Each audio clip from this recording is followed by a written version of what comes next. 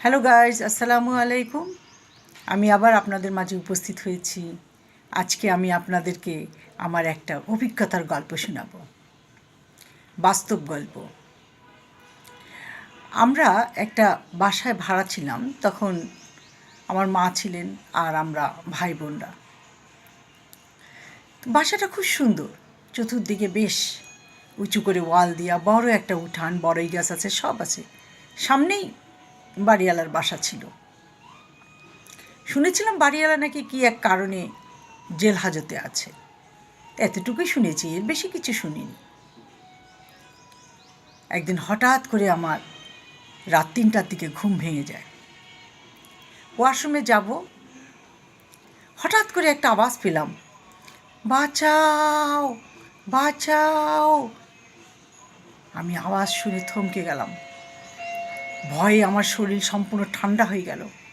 ভেবেছিলাম ডাকাতরা এসেছে মনে হয়, কারো বাসা ডাকাতি করতে, সেই জন্য মনে হয় মানুষ এইভাবে চিৎকার দিচ্ছে।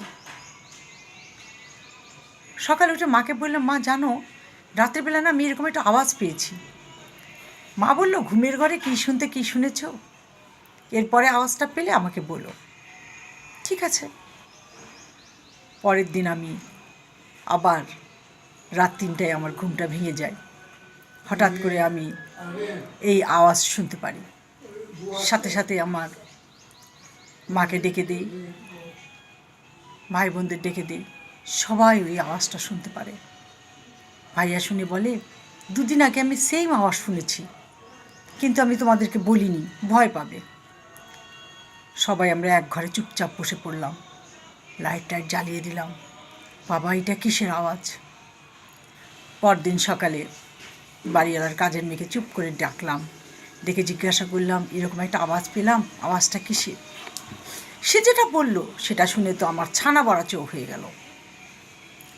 বলল, একদিন নাকি বাড়িওয়ালা একটা ডাসা দিয়ে তার ওয়াইফ ঘুমিয়েছিল, তার ওয়াইফের মাথায় বাড়ি মারল, মারার সাথে সাথে তার ওয়াইফ মারা যায়, এবং সেই কেসেই বাড়িওয়ালা জেল হাজত খাটছে। তার মাথার থেকে যে মগজ টগজ বেরিয়ে গিয়েছিল সেগুলো এই পিছন দিকে পুঁতে রাখছে, আর ওনার লাশ পুলিশ আসলো, নিয়ে গেল, তদন্ত হলো, ইত্যাদি ইত্যাদি যা হয় আর কি। যাই হোক, তখন বললাম যে এরকম আওয়াজ হয়। বলছে, জি, এই আওয়াজ হয় জন্য এই বাড়িতে কেউ ভাড়া থাকে না। শুনে বললাম, ওরে বাবা, এখানে তো আর থাকা যাবে না। ভাইয়া তো চতুর্দিকে বাড়ি খুঁজতে শুরু করে দিল। এর মধ্যে হঠাৎ একদিন ওখানে আমাদের একটা চাপকল ছিল, আবার একটা কুয়া ছিল। কুয়া থেকে কে যেন ঝপাত ঝপাত পানি তুলছে আর গোসল করছে, পানি তুলছে আর গোসল করছে। এই গোসলের আওয়াজ পেয়ে তো আরও ভয় পেয়ে গেলাম। তখন বললাম, বাপরে, এ কী অবস্থা! 2 দিন 3 দিন 4 দিন, ঠিক রাত 1:30 বাজলে কুয়া থেকে ঝপাত ঝপাত করে পানি তুলে গোসল করে, আর 3টা বাজলে সে বাঁচাও বলে চিৎকার করে। যদিও এটা শুনতে অবিশ্বাস্যকর মনে হবে, কিন্তু এটাই সত্য। আমি আমার অভিজ্ঞতা থেকে বলছি। আমি নিজের কানে শুনেছি, অন্যের কানে শোনাকে আমি বিশ্বাস করতাম না হয়তোবা, কিন্তু নিজের কানেই শুনেছি।